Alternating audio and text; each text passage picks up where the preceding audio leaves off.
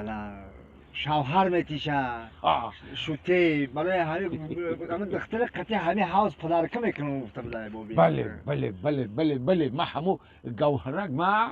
به یک ارزو حوصه زیاد کلام کردم به تربیه کلام کردم اکنون نمیخوام که آینده دم خور شو نمیخوام البته همون جوانی که لایق خودش همه میتم شو من با همین حوزم تحفه میکنم شه همین خیلی نیت کردم نیت کرده با ما گوهر ما همون بچه دو دنیوم کی او بچه چنی دو حوزی ما پول داشته باشه اوه ها اما چنیده حوزی تو که پل داشته باشم نبیره تمال چی در کنه